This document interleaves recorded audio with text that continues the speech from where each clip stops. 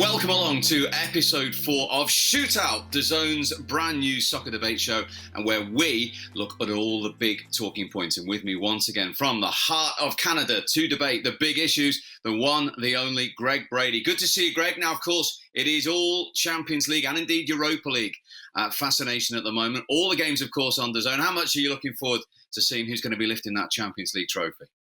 I think it gives us a little bit of everything. And Steve, you'd know, because you follow Champions League, I've followed Champions League, these one-leg quarters and one-leg semis, and in quick succession, not a lot of breaks, no focus at all on domestic league, incredibly unique. So I can't wait to dive into these matches, because I think no matter what, we're going to have a really unique, intriguing final when that day comes. Absolutely. It is a game changer, those one games in Portugal for the Champions League. And you just touched on it, Greg, the standout tie. Barcelona, the great club with traditional history, against Bayern Munich. That, of course, includes Alphonso Davies. Davies up against Lionel Messi. So, the first question for you, is this Canada's biggest ever global matchup? This is the start of something great, and it's a massive moment to play Barcelona and Messi, but we're not there just yet. Okay. Well, before you hit me with that, I think we are, because I think this kid, as you well know, came bursting onto the scene, unfashionable MLS, age 15, played for the national team, age 16. He's gone to Germany and taken his opportunity. He has not only played in the Bayern Munich team this year, at the age of 19, he's been a superstar in it, amongst all those top players for a club of that magnitude. And now, on the world stage, as you rightly say, in a different format, in a one-off game, in the quarter-final of the Champions League, he is there against Barcelona and, of course, one icon in particular, Lionel Messi. It's got that big, actually, in the UK press, Greg, that they've done an interview and they've done an article, Davies against Messi. And you're telling me that's not the biggest thing for a Canadian sports person? No, there's some great points there, but I have to look at the big picture here. Yeah, it's a massive match to play Messi and Barcelona in the quarterfinals, Champions League. Yeah, it's a big, big thing for Davies to have to get to the final. Maybe when he gets to the final, there's that, but I've got examples. I'm not just saying it to be contrary.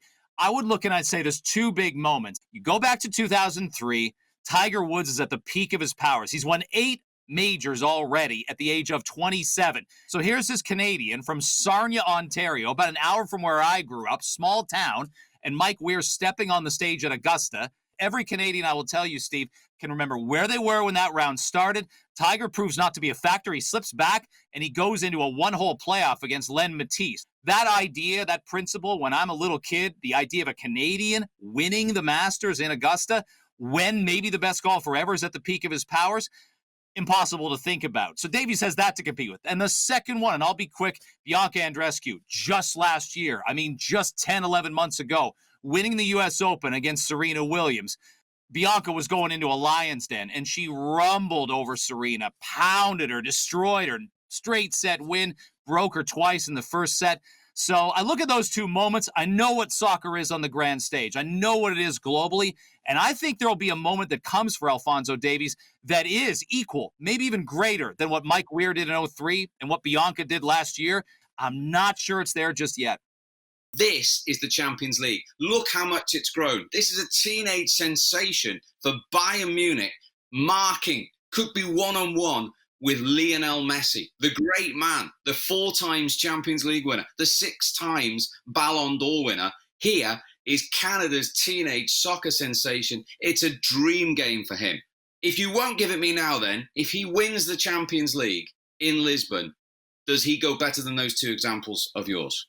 I'd say it might be. And line it up this way. If he's fantastic against Barcelona, Manchester City, and then in a final against PSG, you've got a scenario where there's not much to say that Davies can't accomplish in the future. No one's supposed to do this. Step in, big giant club, play as well as he's played at 19 years of age, and do it without any regard for pressure, any regard for competition, and any regard for, the moment being too big for him. So this is a massive moment for him to mark Messi in a match like this. There you go. Sounds like you've come round to agree with me. Brilliant. And it's good to see from previous episodes you've still got Paris Saint-Germain in the final. We shall see.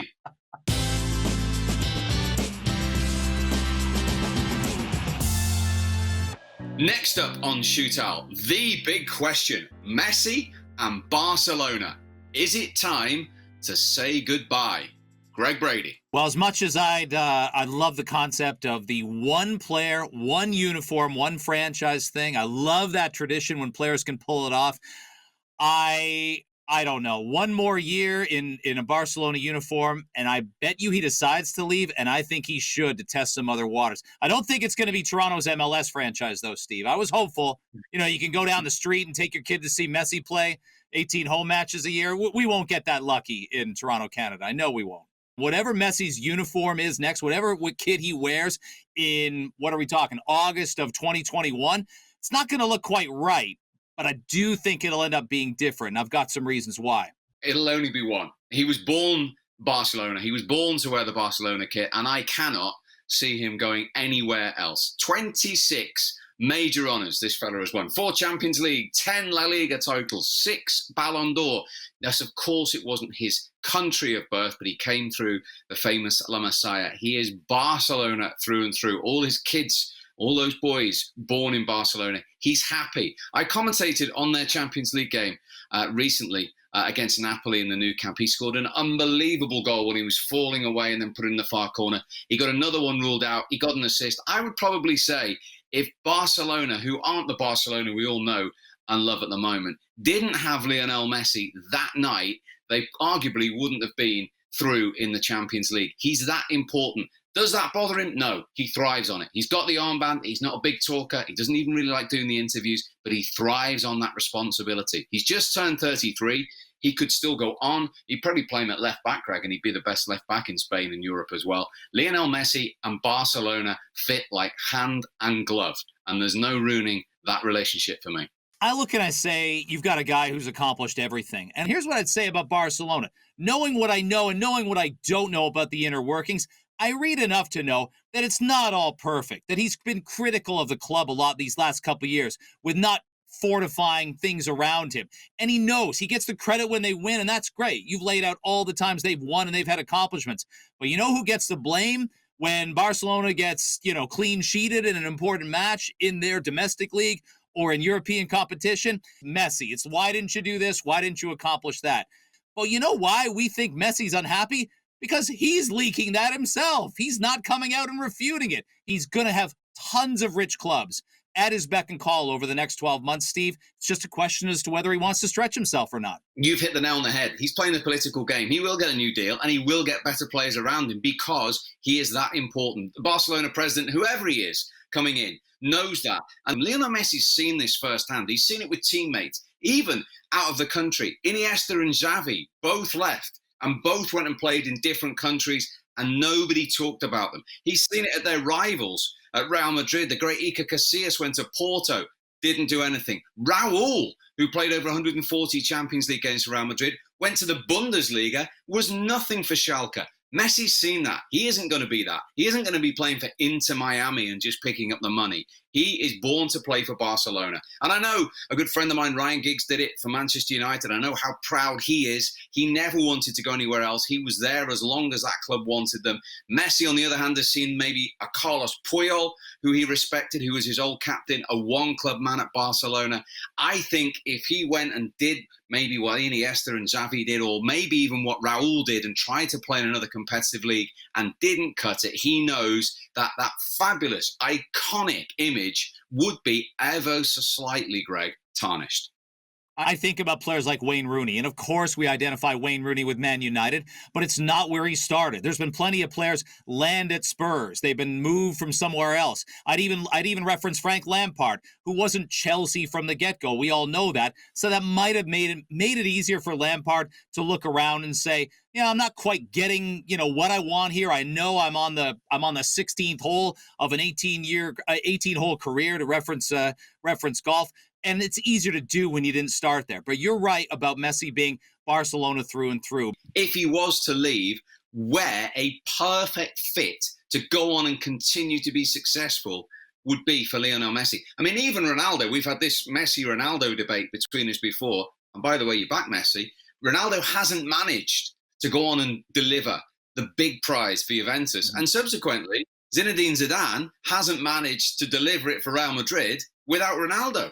Look, I think it'd be a fantasy of a lot of English fans. I know a lot of Canadian viewers right now would say, God, I'd love to see Messi play a couple years in the Premier League. I'd love to see him play every Saturday morning. And I know it doesn't seem to be the fit. I'll give you two clubs. You tell me if both are absolute pie in the sky.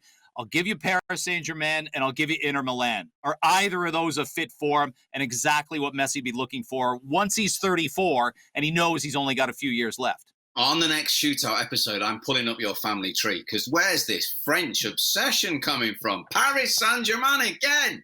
No, I think Paris Saint-Germain financially are one team that could afford him.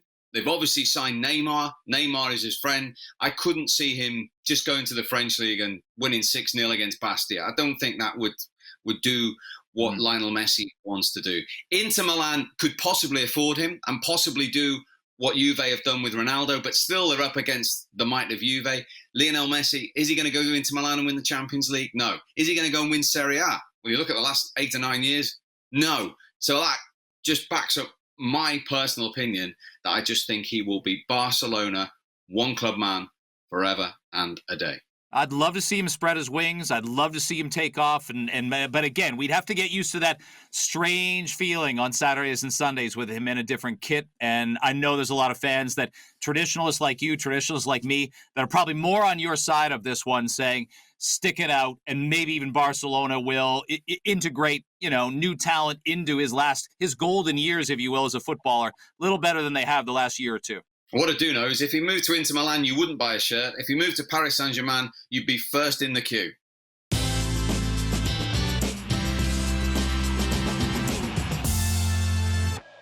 Next up on Shootout, with the Champions League coming to its climax, does Pep Guardiola need a Champions League success to protect his legacy? Greg, what do you think? I think it's a nice feather in his cap, Steve. I think it enhances his legacy. I don't think any less of him if he can't pull this off and win in the 2020 Champions League. You? Really? With the money that he's spent and the tools he's been given at Manchester City, and you have to go back to 2011, of course, at Barcelona, his first club, where he got his second Champions League success. Let's be honest, the project at Bayern Munich and at Manchester City are very similar. Bayern Munich, well-backed, not to the extent of Manchester City, and I'll come to that in a moment. You're expected to win the league, Bayern Munich. He did that. Could he get past the semi-finals of the Champions League? Could he deliver the big prize? No. Manchester City, he had two objectives. You're right. They've struggled over a period of time, the financial investment. They won the Premier League before Pep got there. What's he done? He's won back-to-backs. He's broken the records, the points, the goals, the totals. But, and this is the big but, with the huge financial investment that Pep Guardiola has had since arriving at Manchester City, he is expected to deliver the Champions League. And, as you rightly say, we're talking about one of the greatest managers. But to be in that group, he has to win it with another club. And he has to win it with this squad. It is expected now. And this season, Greg, he will never, ever get a better chance to win it with City. It's possible he won't. I'd say this also, the Champions League, there's many great managers that never won it one time. I'd look at Simeone. I'd look at Arsene Wenger as an obvious example. Arsenal goes through that unbeaten year with 26 wins and 12 draws, and they're out in the quarterfinals of the Champions League. In fact, 2 years earlier in 2002, Arsenal wins the Premier League, and they're out in the group stage, round 2, as a matter of fact. They're only one of the 32 best teams in Europe. But Greg, Arsenal didn't have the financial backing that Pep Guardiola has had, nowhere near. And Arsenal didn't have the group that Pep Guardiola has had. Pep Guardiola knows. He's a highly intelligent, highly respected coach. Yes, he was brought to win silverware. Yes, he's delivered cups. And as I say, fantastic Premier Leagues. But he knows he's very, very close to the two former employees, of course, that run Manchester City, that he was with at Barcelona, that is the holy grail. And for Manchester City, with their owners, to be in the elite clubs that we keep talking about, the Bayerns, the Barcelonas, the Liverpools, the Real Madrids, they have to win a Champions League. And if they're going to push it on, because they have great domestic history, but if they want a global brand, if they want to be recognised all around the world, if they want to be recognised in Canada, anywhere near like Liverpool and Manchester United, then they have to win the Champions League. And I think that is resting on Pep Guardiola. I think when you speak to him this season, you saw him before at the Real Madrid game in the knockout stages, even though they had a 2-1 lead after the break because of the pandemic. He was edgy. He was nervous because it was a huge game for him. This is a huge opportunity for him to deliver what he was brought to Manchester to do. Steve, I like what you said there about the global brand, because I think there's been some slippage with Man City in the last 18 months. And I say that, and they've got back-to-back Premier League titles, and they were second this year to a momentously historic Liverpool run before and after the shutdown. Now, here's what's tricky. I know Man City fans would say, nah, this year I want the Champions League more. That's because they've won the Premier League. That's because they've seeded. Until you actually see your team do it and pull it off, you never see it as possible. Look at Liverpool supporters this year. Great European success. When are we going to win the league? Who's going to do it for us? How can we get there? And they got there rather handily this year and exercised all those ghosts in particular. So I think this is more a City fan issue, and I think it's a City supporters issue more than it is a Pep Guardiola issue. Will they be one of the best teams we've ever seen never to win the Champions League, this group? Absolutely, if they don't do it. But for me, for Pep, beating those two Man United teams in 09 and 11. Great Man United squads, by the way, in 2009, 2011 in the final. I think it only enhances his reputation. I won't think less of him if he can't pull it off. Okay, he's a big fan of yours as well. And don't forget, of course, if he doesn't do it this season, then it is a trophyless season, really, in terms of the major ones for Manchester City. Greg, it's been fantastic as always. Thank you very much indeed. It is going to be fascinating to see who lifts both the Champions League and the Europa League. You, of course, will find out every game in both competitions on DAZN. We'll see you soon for Shootout.